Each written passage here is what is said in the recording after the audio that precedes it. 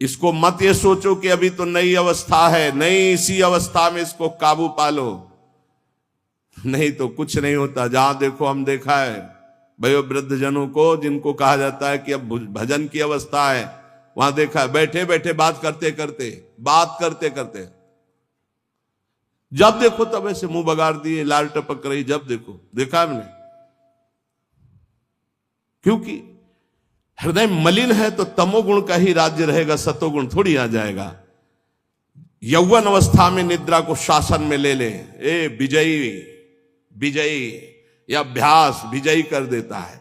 निद्रा तंद्रा, ना नींद है ना जागृत अवस्था है, बेशुद्ध अवस्था सी रहती है।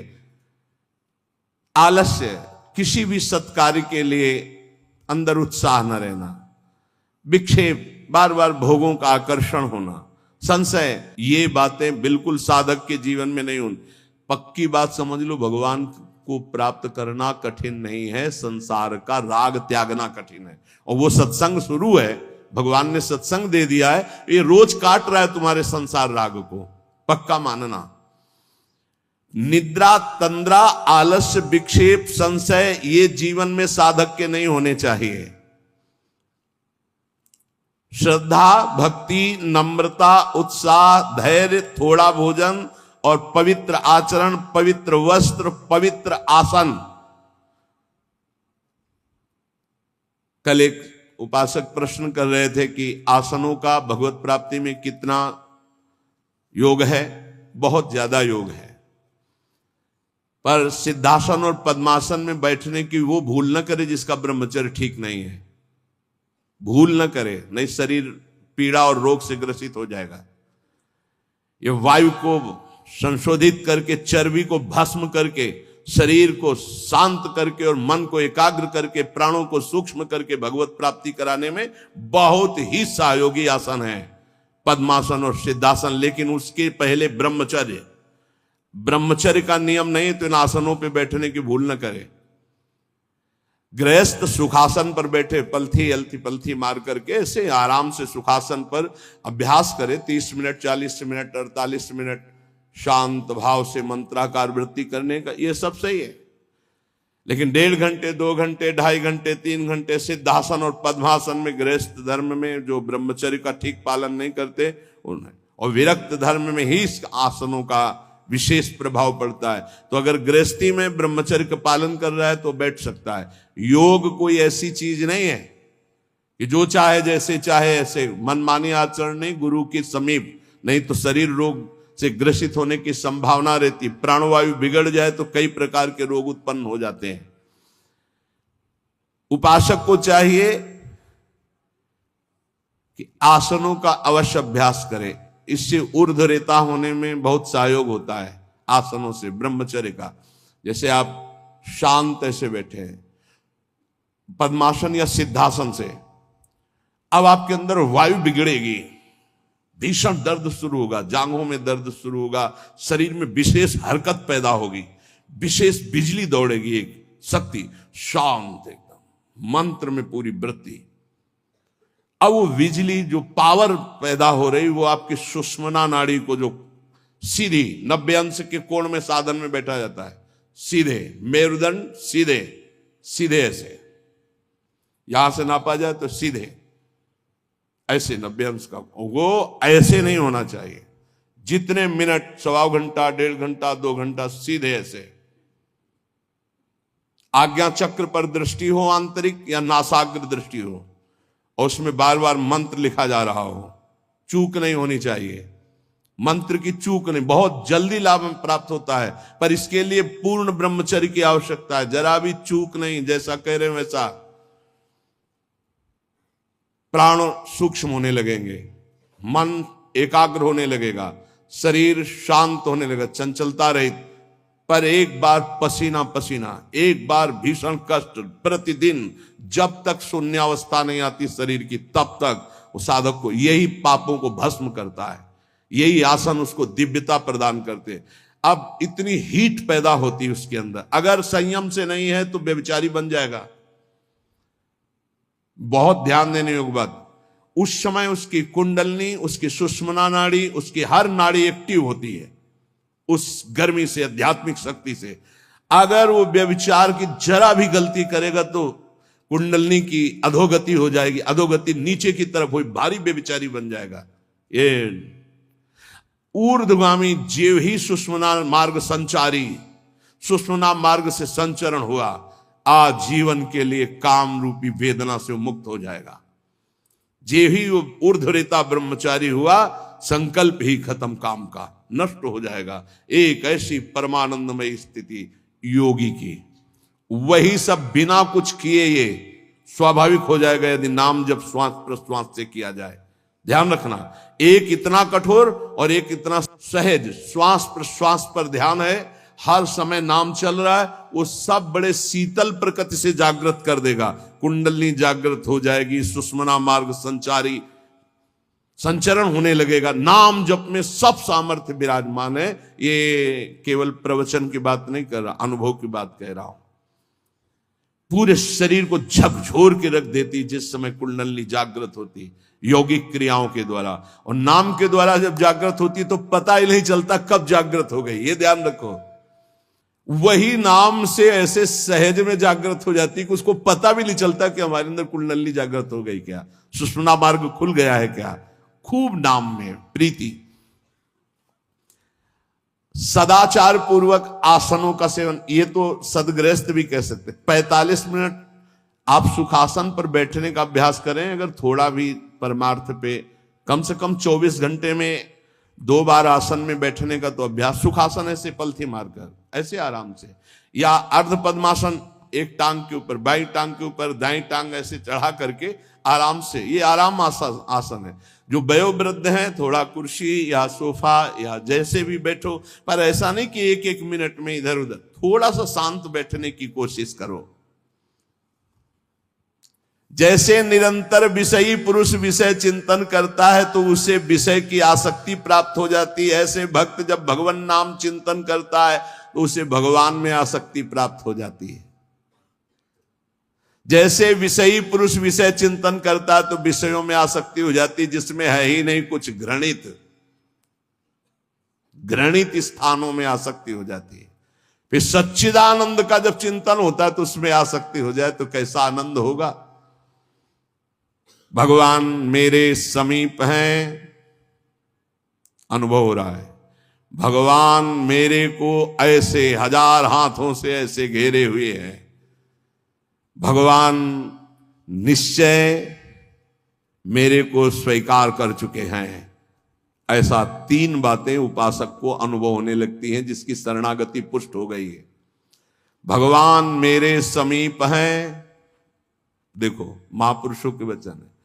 भगवान सहस्त्रों हाथों से मुझे घेरे हुए हैं, भगवान मुझे स्वीकार कर चुके हैं। ये 3 बातें शरणागत के अंदर आ जाती हैं। देखो आपको अनुभव होता है भगवान मेरे समीप है। अगर नहीं हो रहा तो अभी आपका कोई है, इसीलिए नहीं हो रहा। ये पूज्य श्री राधा बाबा कहते हैं हमारे श्री कृष्ण में एक स्वभाव ऐसा है, वो दूसरिया पसंद नहीं करते। वो जिसको स्वीकार करते हैं उससे अनन्यता की चाह रखते हैं। मौन, अन्य चेष्टाहीन, शरीर मन वाणी केवल आराध्य देव में, तो अनुभव होने लगेगा कैसे प्रभु हमारे समीप रहते हैं। ये कितने बड़े महापुरुषों की खुली हुई बात है। भगवान मेरे समीप हैं, भगवान मुझे शास्त्रों भुजाओं से ढके हुए हैं, मेरी रक्षा कर रहे हैं, भगवान मुझे स्वीकार कर चुके हैं। ऐसा शरणागत को अनुभव होता है। आपको यदि अनुभव नहीं हो रहा तो मौन, सारी चेष्टाएं भगवान के लिए, शरीर मन और वाणी प्रभु के चरणों में समर्पित, तो आपको अनुभव होगा प्रभु मेरे समीप है। अनुभव होता है हर उपासक को। जीवित कैसे रहे, जो भोगों से जीवित है उनकी बात अलग, जो प्रभु से जीवित है उनकी बात। कोई सोच सकता है ये तो विरक्त कर सकता है, गृहस्थ कैसे कर सकता है, तो बोले गृहस्थ संबंधी जितने कार्य वो सब प्रभु को अर्पित करो, नियम से भजन का समय रखो। इतने समय ठाकुर सेवा, इतने समय पाठ, इतने समय भजन, इतने समय ड्यूटी, इतने समय अपने कार्य। समय से सब कार्य, सांसारिक कार्यों को भी समय से करो और भगवत अर्पित करो। जब तक दूसरों से क्रोध करते हो, द्वेष करते हो, कपट रखते हो, स्वार्थ भरा व्यवहार करते हो, अभिमान भरी वाणी बोलते हो और लोक में दूसरों की निंदा करते हो, तब तक हृदय में विद्यमान भगवान होने पर भी तुम ये अनुभव नहीं कर सकते कि वो मेरे समीप हैं। बहुत अमृत में वचन है, पता नहीं आपको कैसे लग रहे हो, बिल्कुल अंदर का ऑपरेशन है। जब तक दूसरों से क्रोध करते हो, द्वेष करते हो, कपट भरा व्यवहार करते हो, स्वार्थ रखते हो, अभिमान भरी बात बोलते हो, दूसरों की निंदा करते हो, तो हृदय में विद्यमान रहने पर भी भगवान का अनुभव नहीं कर सकते कि वो मेरे समीप हैं। ब्रह्मचर्य में जीवन परम पुरुषार्थ में जीवन होता है। ब्रह्मचर्य ही ब्रह्म की प्राप्ति का मुख्य हेतु होता है। ये मुख्य हेतु होता है। मान लो जिसके त्यागने में इतना सुख है, उसको रोकने में कितना सुख होगा। मान लो ये डॉक्टरों की ये बात हमारी समझ में नहीं आती जो ये कहते हैं कि ऐसा करना ठीक है। हमको उन लोगों की बात समझ में नहीं आती जो कहते हैं सर्वनाश का खेल खेलो और तुम स्वस्थ रहोगे। भगवान ऐसों की बुद्धि को बचाएं जो प्रमाण देना चाहिए कि हमारी नई पीढ़ी, हमारी नई समाज कैसे संयम में रहकर ऊपर उठती है। कोई भी घड़े में छेद कर दो भर जाए, ऐसा कैसे हो सकता है। चलनी में गैयादू है, दोष दैव को दे, हरि गुरु कहो न माने। कैसा कलयुग बढ़ गया है कि प्रमाण दिया जाता है सीरियल नौटंकी नाटकों से और डॉक्टरों से। कैसी बुद्धि भ्रष्ट हो गई है उपदेश देने वालों की। धर्म शास्त्रों की अवहेलना करके ऐसे उपदेश देने वालों को नरकी गति प्राप्त होगी, कोई भी हो। क्यों? क्योंकि वो जब ऐसा उपदेश कर रहा है तो स्वयं उसकी ऐसी धारणा है। और व्यभिचारी की गति कभी शुभ नहीं हो सकती। व्यसनी धन शुभ गति व्यभिचारी कभी नहीं हो सकती। शास्त्र मर्यादा का नाश करने वाले ऐसे लोग प्रमाण देते हैं नाटकों, नौटंकी और फिल्मों का कि ऐसा करना उस फिल्म में कहा गया, ऐसा करना उस डॉक्टर क्या है? शरीर संबंधी अंगों का ज्ञान रखने वाला है, ना कि वो परमार्थ विजयी योद्धा है। वो काम, क्रोध, लोभ, मोह, मद इनका ऑपरेशन करना जानता है क्या? इतना चाहे जितना तुम डिग्री ले लो, इस शरीर का तुम ज्ञान रख सकते हो, लेकिन मन का और बुद्धि का और परमात्मा तत्व का ज्ञान प्राप्त करने वाले महापुरुषों की, ब्रह्म ऋषियों की वाणियों का खंडन करने का अधिकार नहीं है। उन्हीं की बात से हमारा परमार्थ शुद्ध होता है। शरीर में जितनी पावर शक्तियां हैं वो सबका अंतिम रूप वीर है। सबका अंतिम रूप, सप्तम धातु का अंतिम रूप बनता है जाकर वीर। और उस पावर का नाश करने वाला कभी स्वस्थ रह सकता है? कैसी बुद्धि है, कैसा उपदेश है। यहां कह रहे हैं कि परमार्थ की शुरुआत ही ब्रह्मचर्य से होती है। इसलिए चाहे गृहस्थ हो चाहे विरक्त, गृहस्थ तो संयम से संतानोत्पत्ति के लिए भगवत प्रणाम करके, भगवत आराधना करके, दिशाओं को नमस्कार करके, तिथि और समय की योग्यता देख करके संतानोत्पत्ति के लिए भगवत पूजा भाव रखकर वो संयोग किया जाता है, सहवास किया जाता है। और भगवान की प्राप्ति के मार्ग में चलने के लिए इसका संचय किया जाता है। ब्रह्मचर्य परम जीवन, परम पुरुषार्थ ब्रह्ममय है। 10,000 वर्ष तक ब्रह्मचर्य रह करके कश्यप जी ने जब संतानोत्पत्ति का संकल्प किया तो विनता जी से भगवान गरुण जी का प्रादुर्भाव हुआ। भगवान अरुण जी का, जो सूर्य के सारथी और जो हरि के वाहन गरुण जी, अरुण जी। फिर 1000 वर्ष तक रहकर भगवान वासुकी, भगवान शेष, अनंत फणधारी, इनका जब जब वो सहवास करते तो हजारों वर्ष ब्रह्मचर्य रह के तो बलिष्ठ देवता, बलिष्ठ दैत्य सब उन्हीं से प्रकाशित हुए, कश्यप जी से। ब्रह्मचर्य पूर्वक जीवन कई वर्ष व्यतीत करके नाम जप करते हुए फिर संतान, तो चाहे बालिका हो चाहे बालक, वो जगत मंगल करने वाला हो गए, पशुओं जैसे आचरण से नहीं। ब्रह्मचर्य जिसका ठीक है वही, चाहे गृहस्थ हो चाहे विरक्त, वही परमार्थ पर विजयी हुआ है आज तक। सद्भाषण, सद्विचार, सद्भावना, न्याय निष्ठा, आडंबर पाखंड का त्याग, वही जाकर के धर्मात्मा महात्मा बनता है। इसलिए भक्त को चाहिए कि ब्रह्मचर्य पर विशेष ध्यान दे और रात्रि के सोने के समय ज्यादा सावधान रहे। उस समय वेदना काम की जरूर जागृत होती है, उस समय जरूर ध्यानस्थ रहे, कीर्तन परायण रहे, नाम जप करते हुए शयन करे और शेष भाग रात्रि का भजन में व्यतीत करे। मध्य भाग शयन के लिए, शेष भाग प्रारंभ भजन और उठने के समय भजन। अब आप लोगों की तो दिनचर्या ऐसा है कि अर्धरात्रि से शुरू हो जाती, शेष भाग आने ही नहीं पा। ये जो ब्रह्म मुहूर्त समय कहा जा रहा है, इस समय तो सत्संग हो रहा है आपका। कितना सौभाग्य है कि आप उठना चाहो या ना उठना चाहो, आपकी दिनचर्या ऐसी कि आपको अगर 2:30-3 बजे नहीं उठोगे तो आप अपनी दिनचर्या नहीं कर पाओगे। कितना सौभाग्य कि श्री जी ने ऐसे हमको विवश करके साधन में लगा दिया है। विवश ना चाहे तो भी उपस्थित होना पड़ेगा। जो जबान का खूब लोभी है, भोजन का स्वाद लेने वाला, वो तमोगुणी स्वभाव का हो जाता है। वो कभी जनेंद्री पर विजय प्राप्त नहीं कर सकता, कभी ब्रह्मचारी नहीं हो सकता। लेकिन ये बात जितेंद्रीय महापुरुषों में परीक्षा नहीं की जा सकती। संध्या के समय भोजन करने से भजन में अरुचि पैदा हो जाती, इसलिए संध्या के समय कभी भोजन न करे। भोजन के समय नाम जप जरूर करे, क्योंकि एक एक कवल में जितना बार नाम जप करोगे शरीर में रस जाएगा, वो रस आपको भजन में बढ़ाएगा।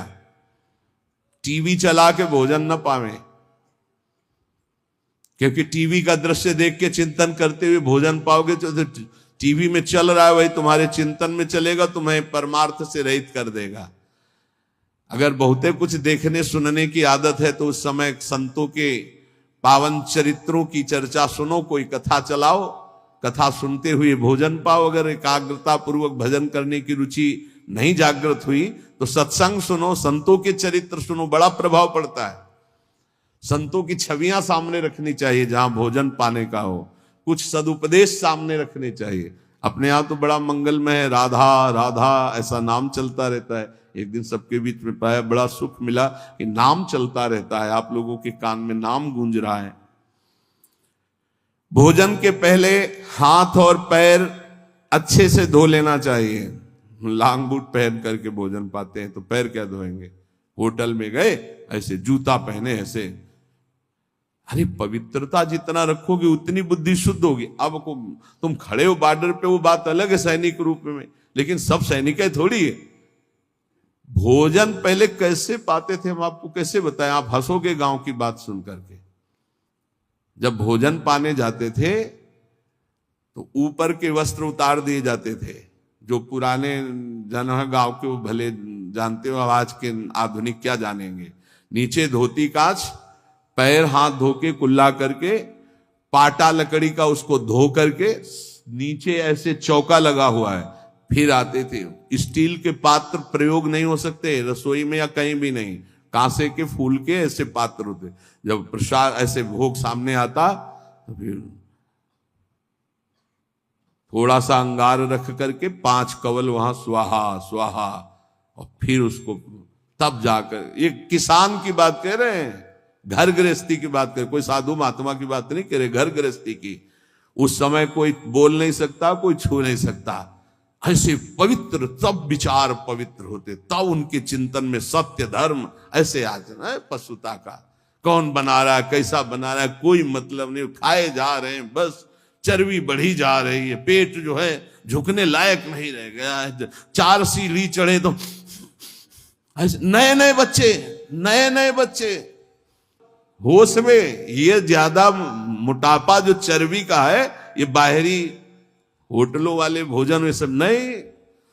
हर साधक को 2-4 किलोमीटर दौड़ लगानी चाहिए, 40 मिनट व्यायाम करना चाहिए। व्यायाम जरूरी, शरीर को थकाना ब्रह्मचर्य के लिए आवश्यक है। अब ना मानो तो भगवान जाने, आप क्या करें, कह ही सकते हैं।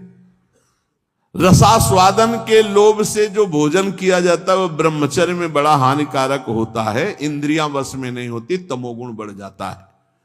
संध्या के समय भोजन नहीं करना चाहिए, भोजन के समय भाषण नहीं करना चाहिए, हाथ पैर धो करके पवित्र भाव से उत्तर या पूर्व की तरफ मुख करके नाम जप करते हुए भोजन प्रसाद पाना चाहिए। उत्तर या पूर्व की तरफ मुख करके जो भोजन पाते समय आप चिंतन करोगे उसका 24 घंटे प्रभाव रहेगा, इसलिए नाम जप जरूर करें। कुचिंता, कुप्रवृत्ति, कुसंग ये भोजन से बढ़ जाते हैं।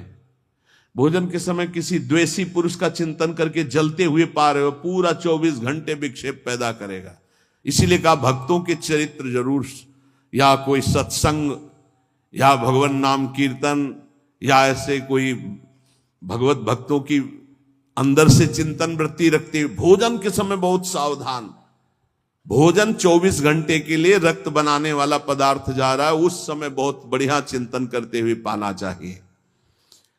जो एक दूसरे से हंसी मजाक करते हैं, जो सीरियल तमाशा नौटंकी के ऐसे देखते हैं, जो छल भरी बात करते हैं, जो दूसरों के साथ गंदे व्यवहार करते हैं, ऐसे लोगों से भक्ति करने वालों को बचना चाहिए। दूसरों की चर्चा करना भक्ति मार्ग में बहुत ही हानिकारक है, पर चर्चा किसी की नहीं होनी चाहिए, नहीं तो निंदा जरूर हो जाती है। जो हर समय नाम जप करते हैं उनके शरीर में परमाणु नामाकार पैदा होने लगते हैं शरीर से। ऐसे जनों के साथ बैठना, संभाषण करना, उनके साथ भोजन पाना या उनकी चरण रज या उनका उच्छिष्ट या उनका कुछ दिया हुआ पदार्थ मिले तो नाम जप में बड़ी रुचि बढ़ती है। जो शांत रहता है, वाद विवाद नहीं करता है, भगवत चिंतन परायण है, उसे ही शांताकार पुरुष कहते हैं। शांताकार, शांत रस।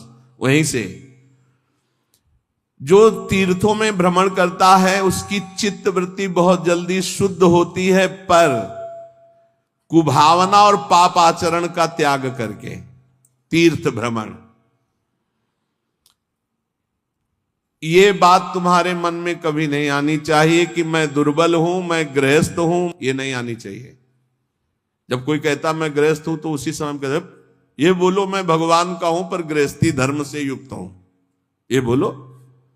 आधी बात क्यों बोलते हो? तुम गृहस्थ हो, आधी बात है। पूरी बात है तुम श्री भगवान के हो पर तुम्हारा गृहस्थ धर्म है। जैसे हम प्रियाजू के हैं पर हमारा विरक्त धर्म है। आप प्रियाजू के हो, आपका गृहस्थ धर्म है। दोनों अपने अपने धर्म का पालन करके प्रियाजू को प्राप्त होंगे। मैं बहुत नीच हूं, दुर्बल हूं, अपवित्र हूं, ये सब बातें केवल बोलने की बात है। अंदर से बात रहती मैं प्रियाजू को हूं, जैसा भी हूं प्रियाजू का हूं। ज्यादा इनका प्रभाव न पड़ने पावे अंदर, नहीं तो फिर निरुत्साहित हो जाओगे। नहीं, जैसा भी हूं प्रियाजू का हो। ये मन की दुर्बलता भजन से हटती है, धैर्य एवं उत्साह बढ़ने लगता है जिसका नाम जब चलता है। भक्त वही जो केवल गुरुदेव वाक्य और भगवत वाक्य पर विश्वास रखता है, अन्य नहीं। गुरुदेव के वचन और भगवान के वचन बस। ये काम क्रोध की तरंगे मन में उठती हैं, चिंता मत करो, नाम जप करो, गुरुदेव के वाक्य पर विश्वास रखो, शांत हो जाएंगी। देखो तुम्हें मैं बड़े अनुभव की बात बताता हूं। मैंने अपने प्रभु के नाम से जो प्राप्त किया वो हमको और किसी साधन से नहीं मिला। मैं इस समय मस्त हो रहा हूं। महात्मा श्री हरनाथ ठाकुर जी नाम के एक बहुत बड़े संत हुए। मैं तुम्हें अपने जीवन के अनुभव की बात बताता हूं। मैं इस समय बहुत मस्त हो रहा हूं नाम जप के द्वारा। कभी भी मैंने सूचि और असुचि का विचार नहीं आने दिया। सूचि माने होता है पवित्रता, असुचि माने होता अपवित्रता। कि अपवित्र हूं कि पवित्र हूं इसका विचार नहीं आने दिया। हर समय नाम जप चलता रहा है। तुम्हें सच्ची बतावें, यहां ना कुछ पवित्र है ना अपवित्र है। देखो कैसा मन का नाटक है। ऊपर से नहा लिया, हम समझ रहे पवित्र है, और यही मल भरा हुआ है, यही एक बस चावल भर चमड़ी का ढक्कन है ढका हुआ, नहीं तो यहां मलाशय मूत्राशय सब यही है। भला क्या पवित्र हो गया? ऊपर से पानी डाल लिया, रेशम के थैले में बिष्ठा भर लियो और ऊपर से उसको नहा दो तो पवित्र हो जाएगा क्या? अगर तुम्हें पता है कि इसमें बिष्ठा भरा है, छुओगे उसे और इसमें भरा है। कितना है इस शरीर से प्यार करते हो, है क्या ये थैला है और कुछ नहीं है। यहां भगवान बैठे, यहां भगवान बैठे, और यही पूरा है, नीचे सब नरक कुंड भरा हुआ है। भगवान से हमारा कोई संबंध है जिनकी हम खोज कर रहे हैं, कभी स्त्री में, कभी पुत्र में, कभी परिवार में, कभी मित्र में, हम उन्हीं की खोज कर, उसी प्यारे से प्यार करना चाहते हैं, पर समझ नहीं पाते इन शरीरों की आड़ में वो बैठा है, शरीरों से प्यार कर बैठते हैं, और वो जो बैठा है उससे कोई मतलब नहीं रह जाता, इसलिए हर बार खाली हाथ हो जाते हैं। इस बार गुरु कृपा से पता चला कि शरीरों से नहीं, शरीरों के अंदर बैठे हुए परमात्मा से प्यार करना है। देखो, बहुत बड़े महापुरुष के अनुभव हैं। सर्वदा मैंने अपने इष्ट का नाम जप किया है, उससे मैं मस्त हो गया हूं। भला कौन अपने अनुभव ऐसे बताता है? संत ही कृपा करके बताते हैं। कभी भी मैंने सूची असूची का विचार नहीं किया, क्योंकि ये कभी पवित्र हो ही नहीं सकता। और दूसरी बात, मैं कभी अपवित्र हो ही नहीं सकता। दूसरी बात, स्वरूप में है, और पहली बात शरीर में है, ये कभी पवित्र हो ही नहीं सकता, और मैं कभी अपवित्र हो नहीं सकता। ईश्वर अंश, जीव अविनाशी, चेतन, अमल, मल रहित, ये मल युक्त, जड़, मलयुक्त, विनाशी, परिवर्तनशील, ये कभी पवित्र नहीं हो सकता, मैं कभी अपवित्र नहीं हो सकता। इसलिए चिंता की बात नहीं, हर समय राधा राधा राधा राधा। मैंने इस नाम से वो सुचितम स्थिति प्राप्त कर ली है। सुचितम माने परम पवित्र स्थिति, जिसको मैं वाणी से नहीं बता सकता। मैं इस नाम से एक स्थिति प्राप्त की है जो शयन में, स्वप्न में और जागृत में मुझे हर समय डुबोए रहती है। पकड़ना, महापुरुषों की बात पकड़ना। ये राधा नाम नाम ही नहीं है, ये महामहिम परा मंत्र है, परा विद्या है। ये नाम ही तंत्र का सार है, ये नाम ही मंत्र का सार है, ये नाम ही ईश्वर श्री कृष्ण का सार है। राधा नाम वेद मंत्र और यंत्र तंत्र में सब सार को सार, ताते श्री सुख प्रगट कियो नहीं, जान सार को सार। परम धन राधा नाम आधार। इस राधा नाम से बढ़कर के और कुछ भी नहीं है। श्री कृष्ण भी इसी नाम का जप करते हैं, और श्री कृष्ण ही इनको गुरु मानते हैं। किनको? जिनका नाम राधा है। पी को नाचन सिखवत प्यारी। कई ऐसी, स्वामी हरिदास जी महाराज ने पद लिखे, कई ऐसे महापुरुष। 16 चौको 64, 4 गुना परम प्रवीण प्यारी जो लालजू से। 16 कला श्री लालजू, तो 64 कला परम प्रवीण श्री प्यारी जू।